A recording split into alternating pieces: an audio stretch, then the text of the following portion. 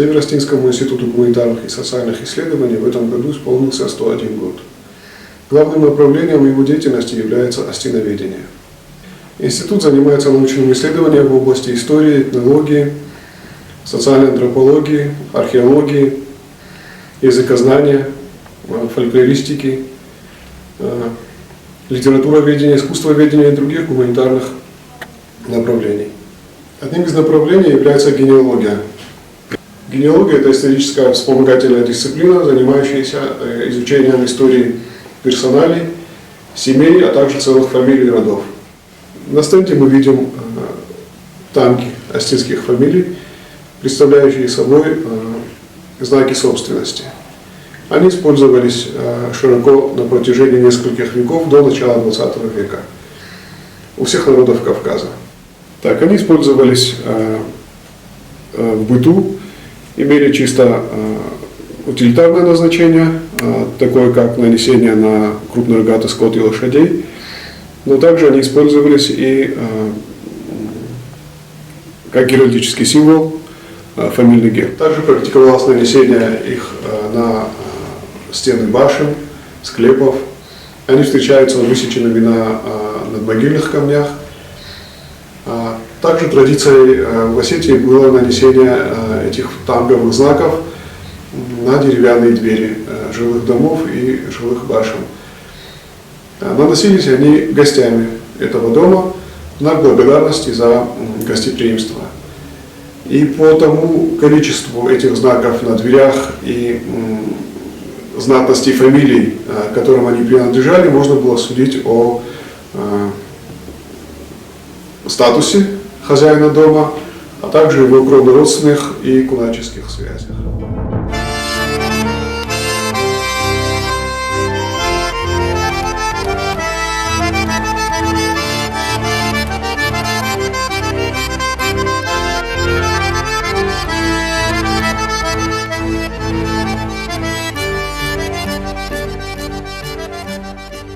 Остинский национальный костюм – это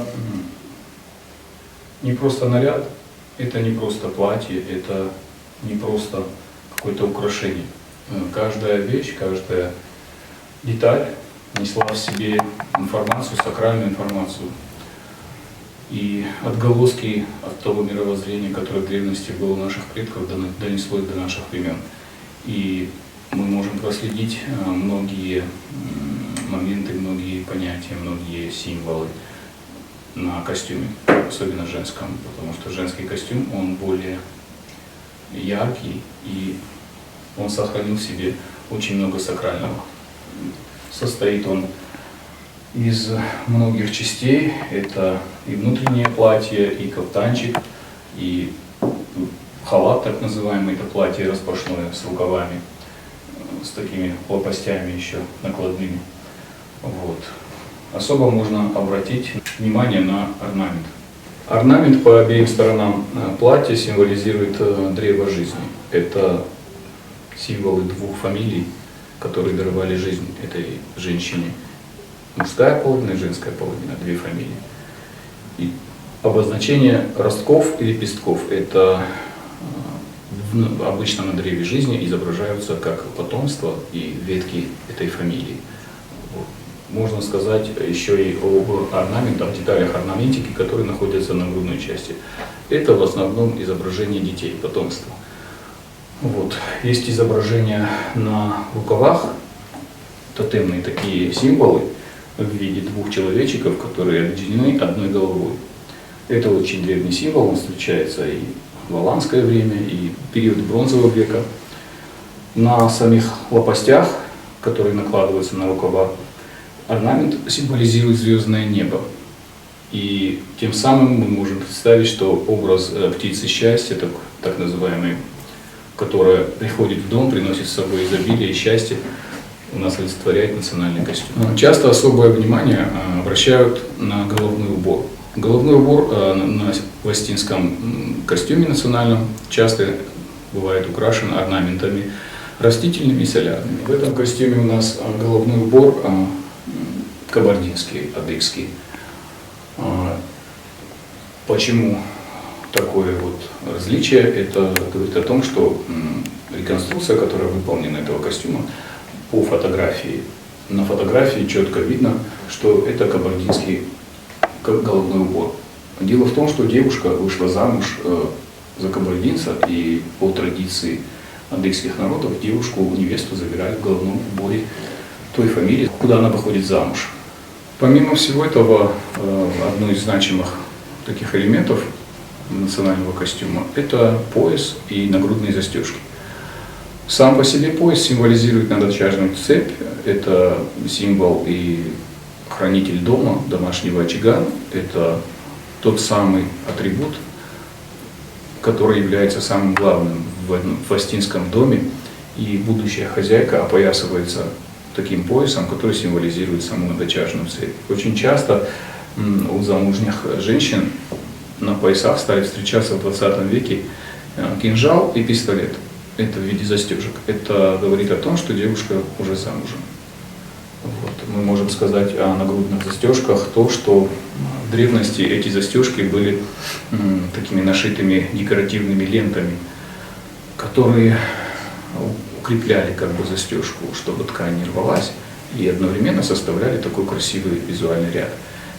Они украшались застежками в виде бубенцов, и эти элементы постепенно превратились в металлические украшения. Эти металлические украшения на сегодняшний день являются застежками, точно так же, как и в древности. Тоже своеобразное древо жизни, и оно завершается элементом, который застегивается в виде или птиц, или элементов, которые напоминают птицы. Это те самые птицы, которые сидят в древе жизни. Это элементы всего того мировоззрения, которое присутствовало у наших предков. Мужской национальный костюм – это особый комплект воинский. Базовым все-таки для такого костюма послужил средневековый аланский костюм. Это кафтаны аланские, которые были и распашными, и застегивались до горла. Вот они разные, есть эти кафтаны. И длинные, и короткие. И особое внимание можно обратить на такой визуальный ряд, который создается с помощью газырей. Это своеобразный запас для количества выстрелов, потому что каждый из газырниц – это емкость, в которой находится пороховой заряд на один выстрел. Визуальный ряд в виде таких красивых колпачков, колокольчиков на цепочках повторяет тот самый визуальный ряд, который был в средневековье у аланских князей, у аланской знати, выражался в виде нашитых бубенцов, украшений таких нагрудных. И они создавали точно такой же визуальный ряд. И в принципе мы повторяем ту же самую визуальную традицию, одновременно используя ее как такой запас пороховых зарядов. Но если говорить о сакральности, то те же самые бубенцы – это защита от потусторонних сил.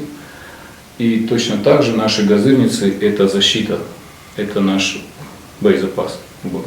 Еще один такой серьезный элемент – это пояс, оружейный пояс так называемый, который ведет свою родословную с древнейших времен, когда воины подвешивали оружие на свой пояс. Сам поздний кавказский пояс, астинский пояс – это своеобразная такая боевая разгрузка, на которой вешалось оружие. Сняв пояс, человек мог повесить оружие целиком на стену или на столб в центральном доме. Вот. Хочу заметить, что в отличие от многих народов Кавказа, на астинском поясе клинковое оружие носилось на язычках. На таких язычках подвешивались пороховницы, на таких язычках подвешивался даже топор. И очень часто все, что нужно было человеку в бою, в походе, он часто подвешивал именно на пояс.